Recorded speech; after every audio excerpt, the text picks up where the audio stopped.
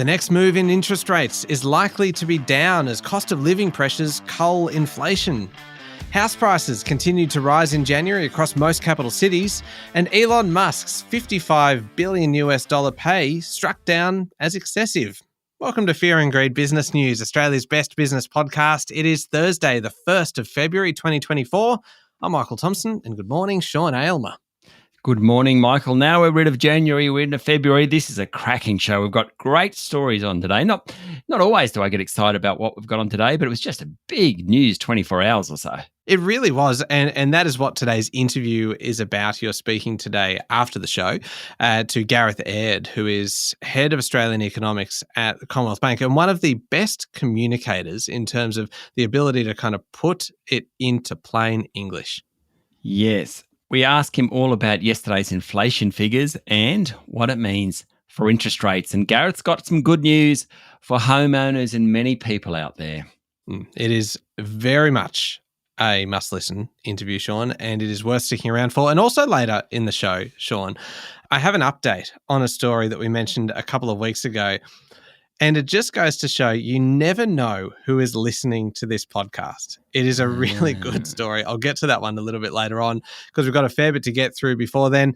As we mentioned, annual inflation has hit a 2-year low of 4.1%, triggering talk of not just rates on hold when the Reserve Bank meets next week, but cuts later in the year. The Consumer Price Index rose 0.6% during the March quarter, the smallest quarterly rise since March 2021. The Reserve Bank's preferred measure of underlying inflation, the trimmed mean, which takes out volatile items, rose 4.2%. That's for the full year for 2023, down from 5.1% for the 12 months to the end of September. Financial markets reacted immediately, with bond investors now pricing in a rate cut in August and another one in December. The Aussie dollar fell 0.5% against the US dollar, and the ASX 200 spiked on hopes of rate cuts, with the bourse hitting an all-time high. I'll tell you about that in a moment. The inflation figure was lower than expected, and significantly, it was lower than what the Reserve Bank has forecast. Also, inflation for both goods and services fell, although homegrown inflation, things like housing, rents, insurance, electricity, they continue to rise at a 5% plus rate. So all the economic indicators, Sean, suggest that there won't be a rate hike when the Reserve Bank board meets next week. But how likely is a cut later in the year? Well, that's the big question. Inflation has come down from its peak of 7.8% a year ago to just over 4%, but it still isn't in the Reserve Bank's preferred 2 to 3% range. As Federal Treasurer Jim Chalmers said yesterday, the fight ain't over yet. The economy is slowing. It shed 65,000 jobs in December, and retail sales tumbled 2.7% in December, the biggest slowdown since the pandemic. If things keep going the way they are, it's a fair bet to say the central bank will start cutting rates in the second half of the year. For weeks now, we've been saying that yesterday's CPI was the all-important piece of data in determining the next move for rates. On that basis, the next move is down. All right. Now, Sean, as we mentioned just a moment ago, a cracking day for local markets yesterday. Yes, so the Consumer Price Index figures spurred the S&P ASX 200 to new highs, as in record highs, beating those August 2021 numbers. Eventually, the bourse closed up 1.1%, very close to its absolute peak, hitting a new high of 7,681 points. To be exact, 7,680.7 points.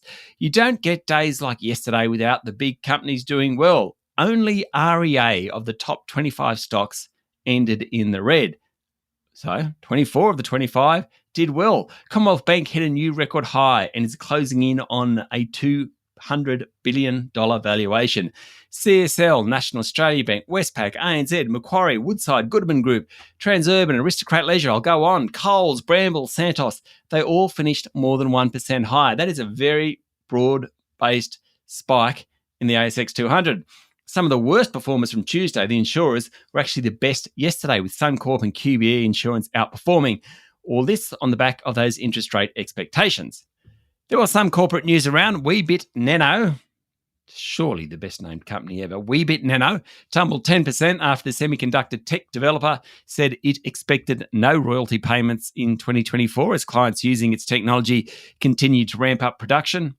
Sayona Mining dropped 5% after selling 50% less lithium concentrate in its most recent quarter, and Champion Iron's December quarter results were boosted by record production and high iron ore prices. Its share price rose 5%. Sean, I can see why you were so excited about today's show. There are good stories everywhere.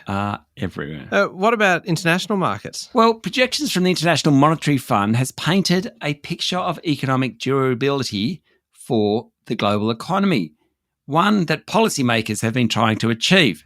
In its latest economic outlook, the IMF projects global growth of 3.1% this year, the same pace as in 2023, and an upgrade from its previous forecast of 2.9%. It's pretty good. The global economy's been battered by a pandemic, record levels of inflation, protracted wars, skyrocketing interest rates over the past 4 years, fears of a painful worldwide downturn.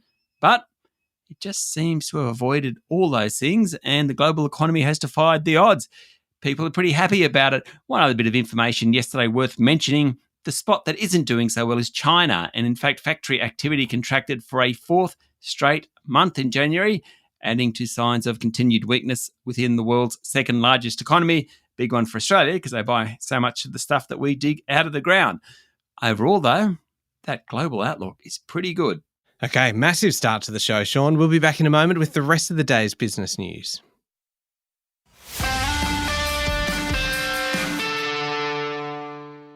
Sean, house prices across the country continued to rise in January. That is the 12th straight month of increases, though the overall picture hides plenty of disparity between capital cities. Sure does. Melbourne, Hobart and Canberra prices continued to fall in January, according to CoreLogic, while Perth, Adelaide and Brisbane are on a tear. They rose by at least 1% during the month. Sydney prices rose last month by about 0.2%, taking the national average increase to 0.4%. In terms of annual returns, Perth is definitely leading the way, up 16.7% over the 12 months until yesterday, followed by Brisbane at just under 15% and Sydney at a little over 11%. And Melbourne is just under 4%. A few things to note. House prices continue to rise at a faster pace than units. Regional cities are doing well compared to the combined national capital city average. And despite worsening housing affordability, the volume of sales has held slightly above the long-term average. Wholesale electricity prices fell sharply across the country last year, according to the energy market regulator, raising expectations, Sean, that households and small businesses will finally get some relief after 2 years of not just higher, but some cases dramatically higher power bills. But there's always a but, isn't there, when it comes to business? There always is. See, here I am trying to be a little bit positive leading Yep. into this one, Sean, and you just come in with your big but. I take that as an absolute insult. I'll move on. But the Australian Energy Regulator has also warned that steep drops in wholesale electricity prices will take time to flow through to retail tariffs. The AER said the average annual wholesale price last year fell between 44% in South Australia and 64% in Tasmania. That was because of mild weather, an increase in cheap wind and solar power, and lower fuel costs, partly due to the government price cap. But it said, another but. There's a lot of buts when it comes to the Australian Energy Regulator. Anyway, the regulator said the market remains vulnerable to price spikes this summer. Forward prices for power, which are important when setting retail tariffs, also fell in the fourth quarter, and the regulator said that consumers should eventually benefit from the lower wholesale costs. Average wholesale prices were highest in New South Wales last year, in Queensland and in South Australia, lowest in Tasmania. Staying in the energy sector, Sean, Origin Energy Chief Executive Frank Calabria said the group, which last year almost but not quite got taken over by Brookfield in a $20 billion privatisation bid, is pushing into renewables. He highlighted new investments in large-scale batteries and in its UK affiliate Octopus Energy. Great name, that, Octopus Energy. Fantastic name. It is. Calabria was speaking after Origin posted flat electricity sales and a dip in gas sales during the December quarter. Origin will update shareholders at its first half results in a couple of weeks on how it will pursue and fund its strategy through the energy transition. Last year's bid by Brookfield and partner EIG failed to get the 75% required shareholder vote, mostly thanks to Australian Super using its stake to vote against the deal. Shareholders now want to know what's next. And one more just from the same sector, Sean, very quickly. Energy Australia, one of Origin's big competitors, has written down $1.1 billion of goodwill on the back of smaller margins on retailing electricity and gas. That's because of greater competition and a higher cost of capital. As interest rates rose, Energy Australia is owned by Hong Kong-based CLP Group. Sean, BlueScope Steel and Liberty Steel are set to receive $200 million of taxpayers' money in a move the Albanese government says will help steer the steelmaking industry along its energy transformation and hopefully create jobs. BlueScope secured $137 million for the upgrade of its blast furnace at Port Kembla Steelworks, while Liberty won $63 million to replace its traditional blast furnace at the Whyalla Steelworks. I'm sure both those towns are very happy about that. Now, according to the Financial Review, Energy Minister Chris Bowen said the investment was about securing the long-term future of the steel industry and supporting industries to adopt and manufacture cleaner technologies. For example, 90% of the materials that go into making a wind turbine are steel and cement. So if you can get steel and cement cleaner, suddenly wind turbines become cleaner anyway because the manufacturing of them are cleaner. So that's why the money is being spent. But as I said, I'm sure Whyalla and Port Kembla are delighted with the announcement. Yeah, I imagine so. Another bad news story for the nickel sector emerged yesterday. We've talked a bit about this lately, Sean. Perth-based IGO will shut down its Cosmos nickel project in WA, triggering more job losses in the state. The Perth-based miner will write down the value of its nickel assets by up to $190 million. IGO bought Western Areas, a company, a little over 1.5 years ago, paying about $1.3 billion. It's now written off around 90% of that. Wow. In part, a reflection of the cheap Indonesian mined nickel hitting the global market. Another 400 jobs or so will be lost at Cosmos, including workers from mining contractor Perenti, as well as workers from IGO. Sean, big news. Tonight's $200 million Powerball draw is going to be the biggest single lottery in Australian history, and I'm feeling reasonably optimistic. Do you have a ticket, firstly? Of course I do. It would be hard to be optimistic without one. Well, you probably got about as much chance without one because the odds of winning is 1 in 134 million. Don't tell me that. I don't want to know. Am I a spoil sport there? Remember, last week it was 150 million and they reckon that about half of the adult population in Australia bought a ticket for it. So I'm guessing it's up to 200 million this week. So I'm guessing the numbers are going to be about the same. What really, when it comes to the probability, when you're getting so many people entering, the probability of someone winning is greater, but the probability of you, Michael, winning or me winning is still 1 in 134 million. Now, if someone does take out the top prize, it certainly will be a historic moment because $200 million is way above any payout previously in Australian lottery history. We did have a $160 million Powerball in 2022, 3 winners in that one. Hopefully, either you or I, Michael, tonight are the winners. In fact, maybe we got the same numbers by some 1 in 134 million chance. Imagine that. Imagine you and I share it. $100 million each, Sean. Would it be nice to give Adam Langer a yell over maybe the weekend edition? Just say, Adam, we're out of here. Yeah. It's just suddenly there is no more fear and greed. That's right. There's a lot of greed. Not much fear. You know what? Yeah, it's just the greed. We're driven by the greed. You know, I read a story yesterday on news.com.au, Sean, about the odds.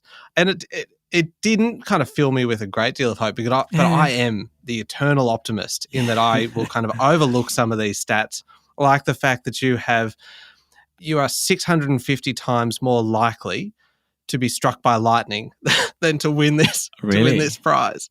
Yeah. So you've even got a greater chance of being hit by by a meteorite or an asteroid or whichever Really? one it is that comes through the atmosphere. So, but you don't want to focus on those things. Forget about those too things. negative. Just focus on the potential of winning this. It's like, So my daydream on this stuff, it's not that how would I spend that much money? It's actually how would I collect it? So I bought my ticket from a different newsagent to normal, and I think you'd hear on the news that a newsagent in this particular suburb, the winner, but they haven't collected it yet because I don't identify myself. And you just wander in there. You'd saunter in there about a week later and say, oh, how'd I go? And then the party, when you put it under that red light and it comes up and says, you are, well, I don't know. What does it say? You are a major winner? It does this noise. It goes, dun, dun, dun. And then then it has, you are a winner or something like that. That's for when I've collected like $12 or when I've had a scratchy that's $12 and you win a free ticket. So, yeah. Right. It's well, that's my daydream. It's not about what I'd do spending the money. It's all about how I'd saunter in and have the newsagent look at me and go, wow, you just won $200 million. That is a glorious dream to have, Sean. And look, anyone who is interested in considering what you would do if you were in that position of actually winning, we did an episode on How Do They Afford That, our sister podcast all about personal finance. Basically, what to do if you do come into some money, a windfall, an unexpected windfall. And of course, I focused mostly on Lotto, but Canna, who co-hosts the podcast, really was focusing more on, say, inheritance or... She's so practical, Canna. She really is. Oh, absolutely. Whereas I want to live just kind of in a dreamland of winning Lotto, and she's kind of dealing with more practically. Well worth a listen though, just so that you can prepare responsibly, potentially for winning Powerball tonight. We need to get on with the news. International news time, Sean. Microsoft has posted its strongest revenue growth since 2022, spurred on by interest in AI products that are in turn driving renewed spending on cloud computing. Revenue for the December quarter rose 18% to $62 billion. Imagine that. 3 months of revenue, $62 billion. Earnings were above expectations. The Azure cloud services business did particularly well, and efforts to bake AI into a variety of Microsoft products, such as Azure, Office, and Windows, is starting to pay off. But reflecting just how high expectations are around Microsoft, its share price hardly moved after the result. Microsoft's now worth $3.04 trillion. It's actually overtaken Apple as the biggest company on Wall Street. Apple's come off a bit. It's $2.91 trillion. Let's not fight about the spare change in this. The 200 million lottery sounds very small compared to $3.04 trillion. Anyway, the other one to report in the last 24 hours was Google's parent Alphabet. It said that advertising revenue was well below expectations as higher interest rates pressured marketing budgets. Alphabet recorded fourth quarter revenue of about $65.5 billion. Its share price fell after the results announcement. Finally, Sean, speaking of big sums of money here, Elon Musk's $55 billion pay package at Tesla was struck down by a Delaware judge last week after a shareholder challenged it as excessive. Yes, the ruling, as it stands, takes a huge bite out of Musk's wealth and puts the fate of his companies in question. The ruling is likely to be appealed, according to Bloomberg. It comes more than 5 years after the electric car maker's co-founder was granted the largest executive compensation plan in history, full of options. So options to buy the shares at a much lower price than what they're trading at now. That's where the value is.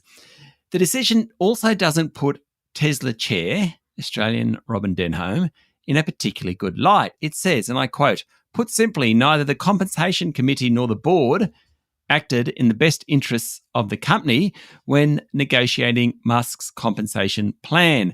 The US judge said that life-changing wealth for Denholm as a result of being the chair of Tesla meant she didn't stand up to Musk. This all comes as Elon himself wants Tesla's board to arrange another massive stock award for him, saying he needs a bigger stake to maintain control of the electric car maker and expand further into artificial intelligence. The ruling obviously leaves the future of Musk's fortune in limbo, worth some $51.1 billion. The options are definitely one of his most valuable assets. Without them, his net worth would drop down to a mere $154 billion. he'd go down to number 3 in terms of the richest people in the world, according to the Bloomberg Billionaires Index. That is an incredible story. Up next is the Fear and Greed Daily Interview. You're speaking today with Gareth Aird, Head of Australian Economics at the Commonwealth Bank.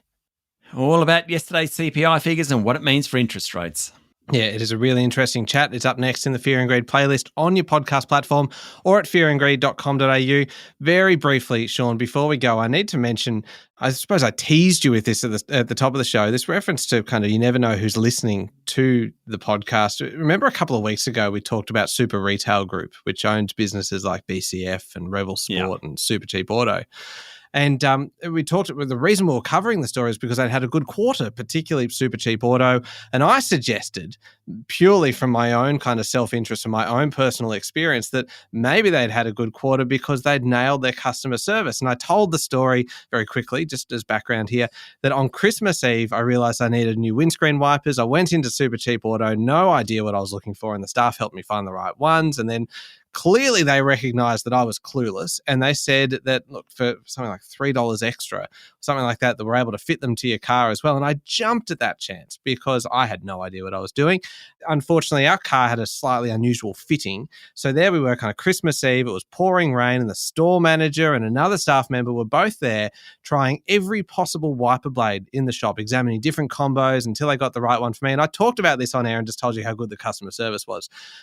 Who should be listening, Sean, to the podcast, but the managing director of Super Cheap Auto, Benjamin Ward, which I just think is fantastic that he happened to be listening. He's a big fan of Fear and Greed, and he was listening on that day that I mentioned that. So his team then got in touch with us to ask which store it was, and so we told them, and they arranged for the store manager to hear it and to play the podcast to the whole team, which is fantastic. Wow. They then arranged for the area manager to send a gift to the staff as well, to share amongst the whole team as a reward for kind of good customer service, which, again, absolutely amazing. And in turn, I want to nominate, Sean, Benjamin Ward, who is the managing director of Super Cheap Auto, as our latest MIA, our most enthusiastic advocate of the podcast, which is an award that we give out to people who spread the word about Fear and Greed. And clearly, if Benjamin is a listener to Fear and Greed, and now he's actually encouraging staff and parts of the Super Cheap Auto team to listen to the podcast, then, I mean, it's automatic qualification as a MIA, wouldn't you think? Oh, absolutely. The first MIA for 2024. Congratulations, Benjamin. You will be getting an extremely exciting prize at some point in the future, which we don't know when that is, and it may just be thanks very much from us. However, our first MIA for 2024. And do you know what I love about that story? I love the fact that you told the story and Benjamin heard it, but then he actually made the effort to go to the area manager and the store manager and reward them for doing what the company itself, Super Cheap Auto, is actually trying to get through its culture. That's really cool, I reckon. Yeah. I just, all round, I think it is a good story of good customer service and then kind of good culture and rewarding and recognizing that internally. And look, we have no connection to Super Cheap Auto apart from the fact that the managing director happens to listen to the podcast. And so I just wanted to share that story. Finish the day on a good note here, Sean. Thank you very much. Thank you, Michael. It's Thursday, the 1st of February, 2024. Make sure you're following the podcast and please join us online on LinkedIn, Instagram, X and Facebook. I'm Michael Thompson and that was Fear and Greed Business News. Have a great day.